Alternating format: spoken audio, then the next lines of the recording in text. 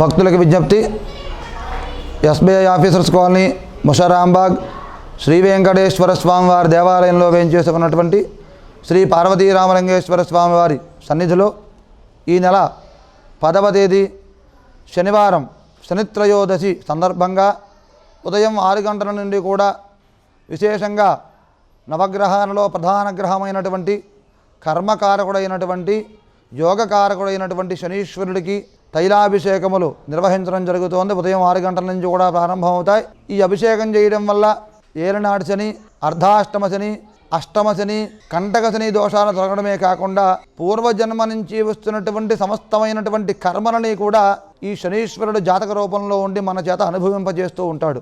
ఎవరైతే శనివారం శనిత్రయోదశి వచ్చినటువంటి రోజున విశేషంగా శనీశ్వర ఆరాధన, శనీశ్వర అభిషేకములు చేయించి స్వామివారికి ప్రీతికరమైనటువంటి నల్ల నువ్వులు దానం ఇస్తారో వారికి ఉన్నటువంటి సమస్తమైన కర్మలని కూడా ఆ శనీశ్వరుడు తొలగిస్తాడు.